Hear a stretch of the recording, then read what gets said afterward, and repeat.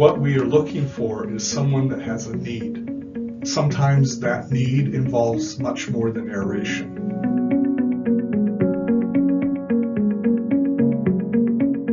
We began the company in 1975 with very meager beginnings. We had about $27,000 worth of sales the first year.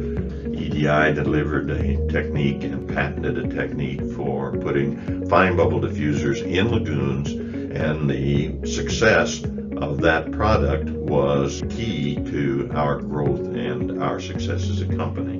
We have managed to serve our clients in very different applications on the municipal sector with very large contractors that dealt themselves in wastewater. So aeration for life means that we don't want to just be there for the initial install.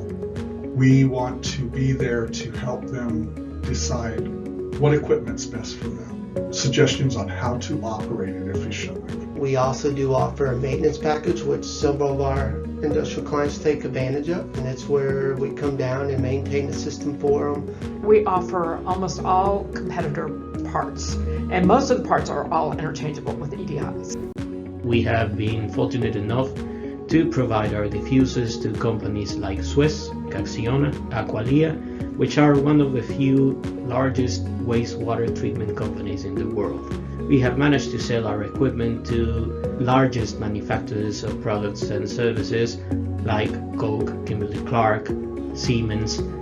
We try to be the easy button for the end user so they don't have to go to 3 different people.